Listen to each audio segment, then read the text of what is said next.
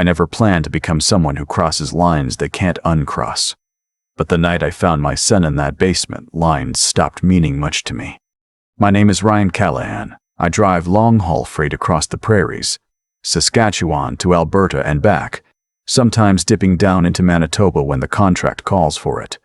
It's a lonely job. 3 weeks out, 1 week home. The money covers the mortgage in Saskatoon and then some, which is why I kept doing it even after my marriage fell apart. Even after the divorce gave Claire primary custody of our boy, Thomas. He was 8 years old when his mother remarried. I was 52 and eating truck stop meals alone somewhere outside of Swift Current when she texted me the news. The man's name was Greg Innes, construction project manager, coached minor hockey on weekends. The kind of guy who shook your hand too firmly and smiled too wide. When I first met him at Thomas's hockey game, he clapped me on the shoulder and said, "Your boy's got real grit, Ryan. You should be proud." I remember thinking I didn't need Greg Innes to tell me what to think about my own kid. But Claire looked happy, genuinely happy for the first time in years, and Thomas seemed to like him okay. So I kept my thoughts to myself. That was my first mistake. Thomas was 9 by the time I started noticing things. Small things at first. He'd be quiet on our weekend calls, in a way that felt different from just being a kid who'd rather play video games than talk to his dad. Sometimes he'd start to say something, and then stop, glance sideways at something off camera, and change the subject. Once I asked him directly, "You doing okay, bud?" And he said, "Yeah," so fast it barely had sound in it. I told myself I was reading too much into things. Divorced fathers have a tendency to do that, to look for problems where there might just be normal kid awkwardness. I talked myself out of it every time. The trip I was supposed to be on was a standard run. Saskatoon to Calgary, pick up a load of equipment for a mining company, turn around and head back through Red Deer. Should have been 4 days. On the second morning out, my rear axle threw a bearing outside of Lacombe. I sat in a co-op parking lot for 3 hours waiting for the mobile mechanic, then another 2 hours getting the repair done. By the time he cleared me to drive, my pickup time in Calgary had closed. The dispatcher rerouted the load. I was done 2 days early with no point in continuing west. I drove east instead, back home. I didn't call ahead. Thomas was supposed to be at school anyway, and I thought I'd surprise him when Claire brought him home at 3:30. Maybe take him to that burger place on 22nd he'd been asking about for months. I pulled onto our old street just after noon and noticed Claire's car in the driveway, which was odd for a Wednesday. I parked and knocked. Nobody came to the door. I knocked again, harder, and waited. Nothing. Something pinched in my chest. The kind of feeling you can't explain but can't shake either. I walked around the back of the house. Their yard had a decent-sized deck, Claire's flower garden along the fence, and the door to the basement utility entrance off to the side. The old coal cellar they'd converted into storage years ago, before I even moved out. The door had a hasp on it. A padlock hung through the loop. I stood there looking at it for a second that felt much longer than a second. Then I heard something. Not loud. More like the sound you'd miss if a car went by, or if the wind picked up. A kind of slow, rhythmic sound. I walked over to the door and pressed my hand flat against it. Thomas. Silence. Then, very quietly, Dad. I don't remember making any decision. My body just moved. There was a concrete block along the garden border, one of those big, square landscaping ones, and I used it on the padlock until the hasp tore away from the wood frame entirely.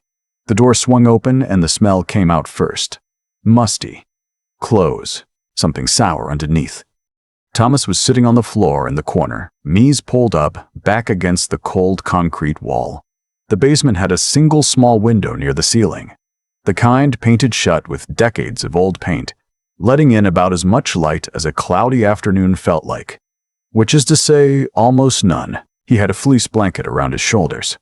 His eyes squinted against even the weak daylight coming through the open door. "Hey, bud."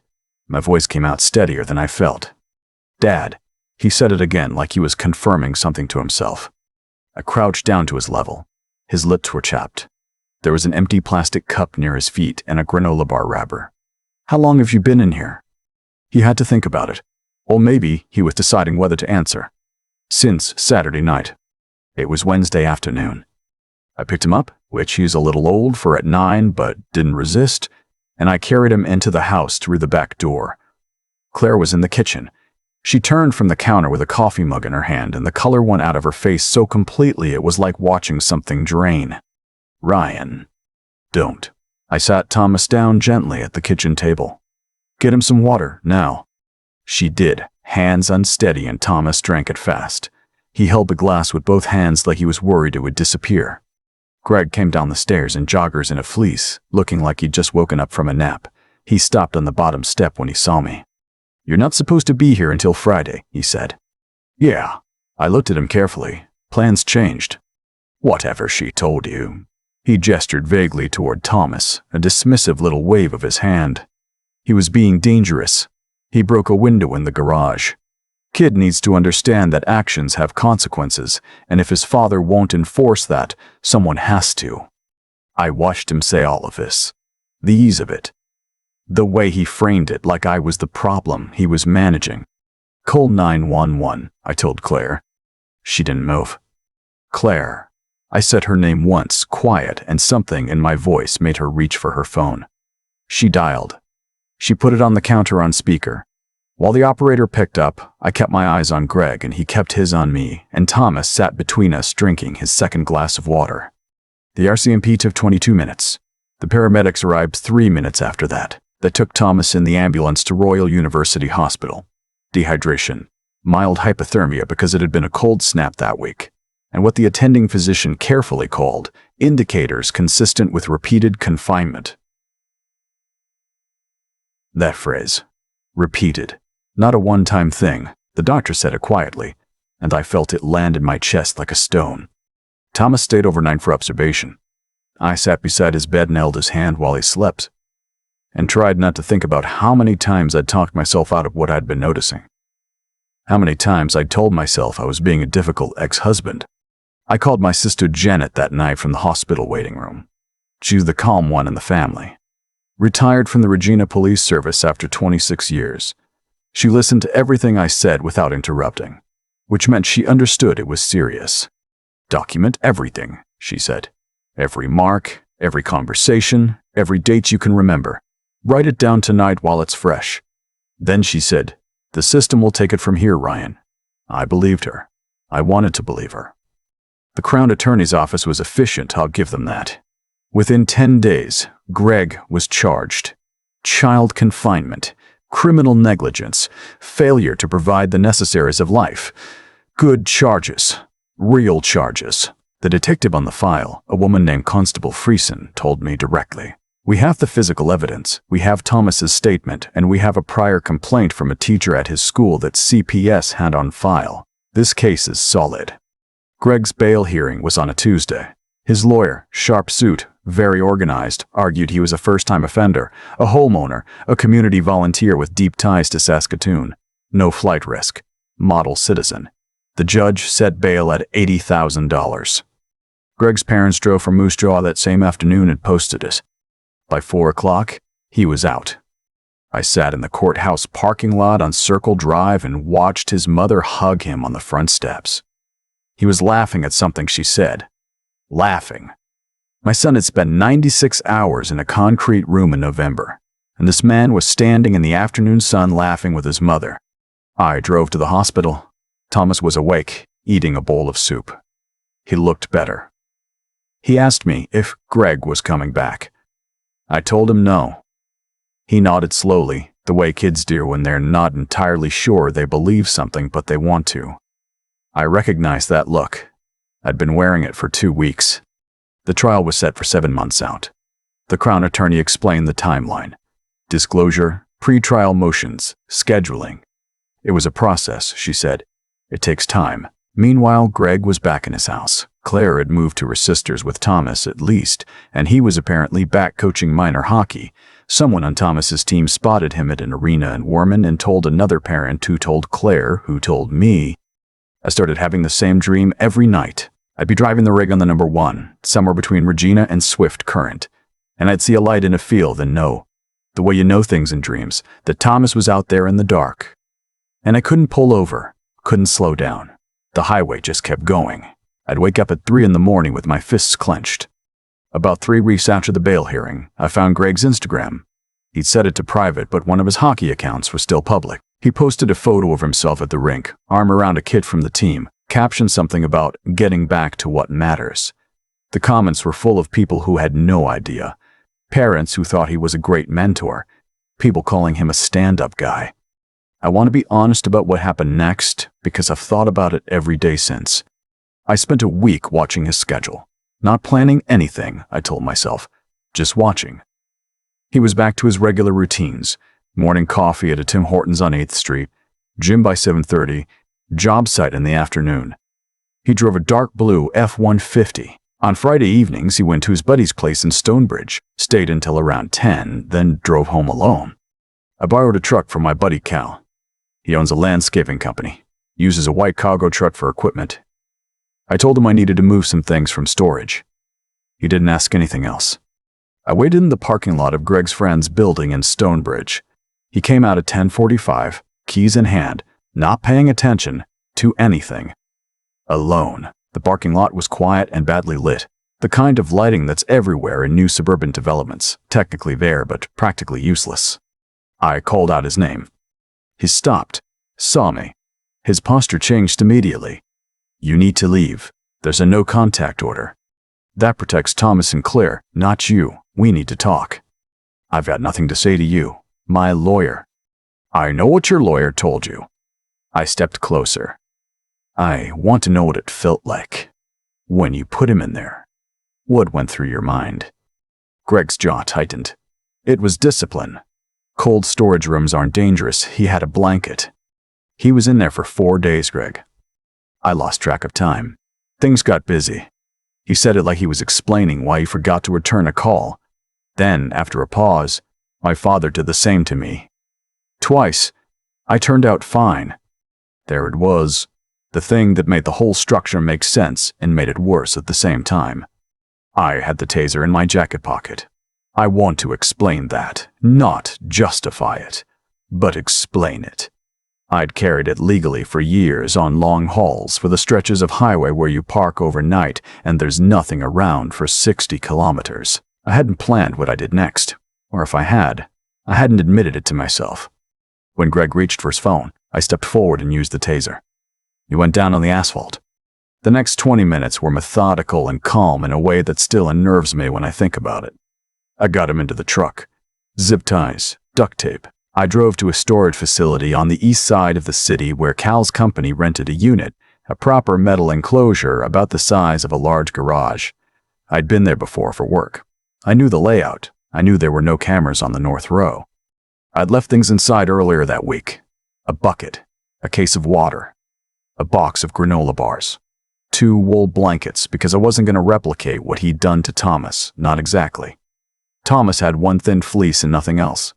I gave Greg more than that. I want to be clear about the difference, even if the law doesn't particularly care about it. When I pulled Greg out of the truck, he was conscious, eyes wide, trying to scream through the tape. I cut the zip ties on his ankles so he could walk. I walked him inside. I shut the door. 96 hours, I said through the ventilation slot, starting now. The first time I came back was 6 hours in. I slid back the vent cover and said, 6 hours. Thomas had been awake for all of them at this point. He told me afterward that he spent the first night trying to get the window open. There isn't a window in this unit, Greg, just so you know what that's like. I closed the vent. At 12 hours, he was pounding on the walls. I could hear it from outside. I opened the vent. 12 hours. Thomas was asking for water at this point, calling for Claire. She didn't come. I closed the vent. At 24 hours, the pounding had stopped. I opened the vent and he was sitting against the far wall, knees to his chest, looking at the floor. He looked up when I spoke. Please, he said. I understand, okay, let me out. You're at the 1-day mark. Thomas had 3 more days. I closed the vent. At 36 hours, he was bargaining. He'd plead guilty. He'd serve whatever the judge gave him. He'd move to another province, never go near Saskatoon again. I told him what Thomas was doing at 36 hours, starting to talk less, starting to stop trying, going quiet in the way kids go quiet when they've decided that calling for help isn't working anymore. Greg didn't say anything to that, just breathed. At 48 hours, he was crying. Not performance crying, the ugly, exhausted kind. I opened the vent and said, Thomas was crying too at this point. Quietly. He'd stopped using his voice much by then because he didn't think it was reaching anyone. Greg said he was sorry, said he'd been wrong, said he'd never understood, not really, not until now. I almost said something back. I didn't. At 72 hours, he tried something different, said he was having chest pains, said he needed a doctor. I told him I'd check on him in an hour, and if the pains were still there, we'd talk about it. I think we both knew the chest pains were anxiety, not cardiac. He went quiet. At 96 hours, I opened the door. He was sitting in the corner with a blanket pulled around him. He'd used the bucket. He hadn't eaten anything in the last day. The water was mostly gone. He looked up at me with eyes that didn't have much fight left in them. In the last 8 hours, I'd left my phone running inside, voice memo, face down in the corner. He'd talked to himself. A lot. About what he'd done. About the locked room his father had put him in at age 7 and age 11. About how he told himself Sophie, he used another child's name, someone I didn't know, had needed the same thing, and he'd known while he was saying it that it wasn't right, but he'd done it anyway. About locking Thomas in. About the time before that he hadn't told anyone about. 2 months earlier, just one night, which is why Thomas had been so quiet on those video calls. He'd said it all to an empty room. Nobody forced him. He'd just talked, the way people do when they've run out of other options. I called 911 from a burner I'd picked up at a gas station on Idlewild. Said there was a man who needed medical attention at the storage facility, gave the address, hung up. I wiped the truck down, returned it to Cal's yard, drove home in my own truck. The paramedics found Greg.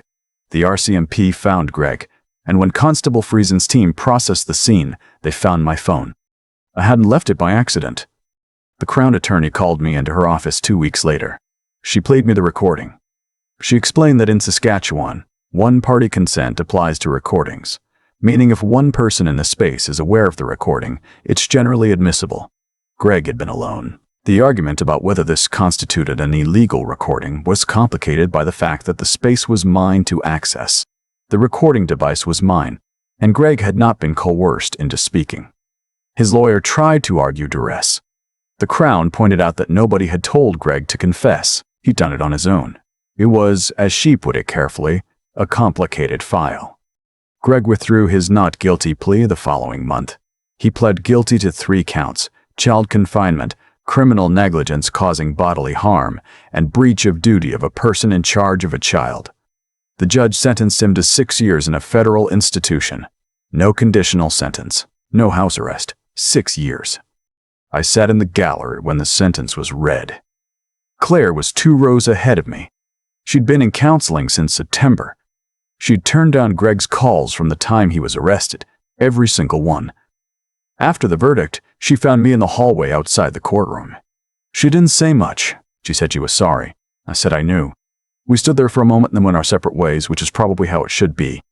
Thomas has been in therapy for 8 months now with a child psychologist in Saskatoon. Her name is Dr. Reyes, and she's good. The kind of steady, patient person who somehow makes a 9-year-old willing to say hard things out loud. He's sleeping through the night now most nights. He got back into hockey this winter, playing for the same team, different coaching staff. He scored his first goal of the season in January and turned around on the ice looking for me in the stands before he even celebrated with his teammates. A detective came to my door in December. Tall guy, quiet, had the look of someone who'd been at the job a long time. He asked me some questions. Did I know anything about what had happened to Greg before his arrest? Had I been in contact with him? I answered carefully and honestly where I could. At the end, he looked at me for a moment, then said, "Sometimes things work out in unusual ways." I didn't respond. He put his notebook away and left. Thomas's case became part of a broader conversation about CPS response times in Saskatchewan. There had been a teacher's report, filed properly, 6 months before everything happened, that had sat in a queue longer than it should have. The provincial ombudsman opened an inquiry. New timelines were introduced for mandatory reporting follow-up. The inquiry was named after no one in particular, just a reference number in a government document. But I know which file it started with. I'm writing this now because Thomas asked me something last month that I have been thinking about ever since. We were in the truck, driving back from his hockey game, and he was quiet for a while. And then he said, "Dad, did you do something to Greg? Before the police got him?" Kids understand more than we give them credit for, they always do. I kept my eyes on the road. I made sure he understood what he put you through, I said. I made sure he wouldn't forget it. Thomas looked out the window at the winter fields going by, gray and flat and going on forever. Then he said, "Okay, just that. And then, thanks for coming home early." I didn't say anything for a while after that. There wasn't much to say. I broke laws. I made choices I can't take back, that I live alongside now the way you live alongside a scar. It's there. It's part of the shape of you. And most of the time you don't notice it except when someone touches it directly. My therapist, yes, I see one, started in January, calls it moral injury. The weight of having done something against your own sense of who you are, even when you believe the reason was right. She says soldiers carry it. She says first responders carry it. She says it doesn't mean you were wrong, just that it costs something to be human in impossible situations. I don't know if I was right. I know what I'd do again. The fields outside Saskatoon are something in the spring. Flat and wide, in every direction you look is sky. I've driven that stretch of highway 100 times in the dark and 100 times in the gray of winter, and I'll tell you, there's a particular morning in April, usually right around the time the frost breaks, where the light hits the canola fields and everything turns yellow and enormous, and you feel, for a moment, like the world is larger than any bad thing that's ever happened in it. Thomas came with me on a short run last April. Just Saskatoon to Regina and back, a day trip. He sat in the passenger seat of the cab and watched the prairie go by with his face close to the glass. And he asked me about 100 questions about the truck, the gears, the logbook, the CB radio. At one point he fell asleep against the window, and I drove the rest of the way in silence. He looked okay, better than okay. He looked like a kid who was still in the world, still here, still asking questions. That's the only thing I've ever wanted for him. There's a particular stretch of the #1 highway, somewhere between Moose Jaw and Swift Current, where the land goes so flat and so wide that you stop feeling like a person with a specific set of problems and start feeling like just another thing moving across the earth. I've driven it hundreds of times. I drove it the week after Greg's sentencing, alone, no load, just the cab and the road and the winter sky sitting low over everything. I wasn't trying to process anything. I just needed to move. I think about cause and effect a lot now, not in any religious sense. I'm not that kind of man, never have been, but in a plain, mechanical way. Greg's father locked him in a room when he was 7. Greg locked Thomas in a basement when he was 9. The damage moved through time like a current through wire, invisible until it touched something and lit it up. That's not an excuse for what Greg did. It's an explanation of how harm travels when nobody interrupts it. Someone has to interrupt it. That's the part that doesn't get said enough. What I keep returning to is this. Thomas didn't survive those 96 hours because the system worked. He survived because he held on. 9 years old, alone in the cold and the dark, and he held on. I don't know where that comes from in a kid. That refusal to give up when giving up would be so much easier. I've thought about it on a lot of long drives. I think some of it is just character, the particular grain of who a person is, and some of it gets built quietly over years of being shown that someone will come. That someone always comes. That's what a father is supposed to be, not perfect, not always right, but present enough and consistent enough that a child can borrow your belief in them until they develop their own. I made choices I'm not proud of. I know that. I've sat with my therapist and named them clearly, without softening the language, and I've also sat with the fact that Thomas is playing hockey again, asking questions about the truck engine, falling asleep in the passenger seat with his face against the window on a clear April afternoon. Both things are true. The choices I made were wrong by the letter of the law, and I'd make the same ones again. And I have to carry both of those facts at the same time every day without letting either one cancel the other out. What I hope, if Thomas ever reads this someday when he's older, is that he understands 3 things. First, that how you treat people, especially people who can't fight back, is the only real measure of who you are. Not your reputation, Not your Instagram, not how many people show up to your hockey games to cheer, just that. Second, that you can think your way through almost anything if you slow down and look at it honestly, including your own worst impulses, including the places where you've been hurt and haven't admitted it. Third, that endurance isn't the same as suffering quietly. Endurance is deciding, hour by hour, that the next hour is worth getting to. Thomas decided that. Alone in the dark, cold, 9 years old. He decided it. The prairie in April turns yellow and enormous, and the sky goes on forever in every direction. I've seen it 100 times, and it still does something to me. And I think that's enough to keep driving toward.